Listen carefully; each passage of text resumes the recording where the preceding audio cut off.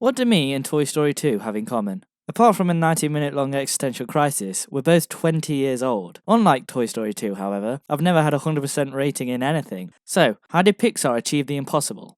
Toy Story 2 was initially intended to be a direct-to-video release, but when Disney saw the story reels, they upgraded it to a feature film, leaving the production team only 9 months to revamp and complete the project. The movie has officially grossed nearly $500 million, beating the original by $200 million.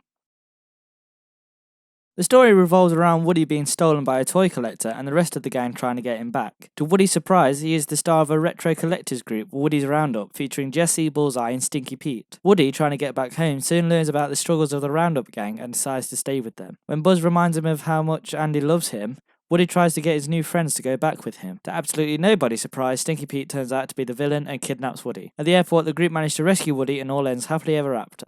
When I rewatched the film recently, I was surprised at how subtle Stinky Pete was as a villain. It was obvious he was going to be the villain, but when you analyse his dialogue closely, the cracks of his performance start to show. Lines like, "How long will it last, Woody? Do you really think Andy is going to take you to college? Or on his honeymoon? And You can go back.